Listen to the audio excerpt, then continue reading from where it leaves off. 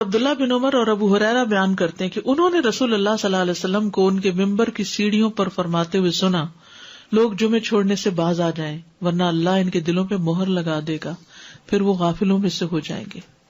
اذان سننے کے باوجود جمعہ کے لیے نہ آنے کی سزا، وہ بھی کیا ہے؟ دلوں پہ مہر اور غفلت میں مبتلا ہونا۔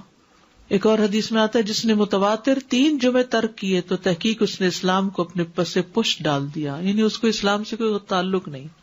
ایک اور حدیث میں آتا ہے جو شخص سستی کی وجہ سے بلا عذر 3 جمعے چھوڑ دے، اللہ تبارک و تعالیٰ اس کے دل پہ مہر لگا دیتا ہے۔ نبی صلی اللہ علیہ وسلم کی ایسے شخص کے لیے ناراضگی ہے جو جمعے کی نماز میں حاضر نہ ہو۔ ایسے لوگوں کے لیے فرمایا جو جمعہ سے پیچھے رہ جاتے ہیں کہ البتہ تحقیق میں نے ارادہ کیا کہ میں ایک آدمی کو حکم دوں کہ وہ لوگوں کو نماز پڑھائے، پھر میں ایسے آدمیوں کے گھروں پر آگ لگا دوں جو جمعہ سے پیچھے رہ جاتے ہیں۔ اتنی ناراضگی کا اظہار کیا۔ عقبہ بن عامر سے روایت ہے، وہ کہتے ہیں کہ رسول اللہ صلی اللہ علیہ وسلم نے فرمایا مجھے اپنی امت کے متعلق کتاب اور دودھ سے خطرہ ہے۔ حالانکہ یہ دونوں کتنی بینیفیشل چیزیں ہیں۔ کسی نے پوچھا یا رسول اللہ کتاب سے خطرے کا کیا مطلب؟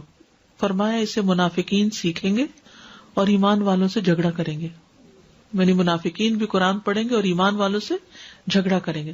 پھر پوچھا گیا کہ دودھ سے خطرے کا کیا مطلب ہے؟ فرمایا کچھ لوگ دودھ کو پسند کرتے ہوں گے اور اس کی وجہ سے جماعت سے نکل جائیں گے اور جمعہ کی نمازیں چھوڑ دیا کریں گے، ان دور دراز کے علاقوں میں فارم ہاؤسز میں جا کے بسیں گے اور جمعے کی نماز تک نہیں پہنچیں گے۔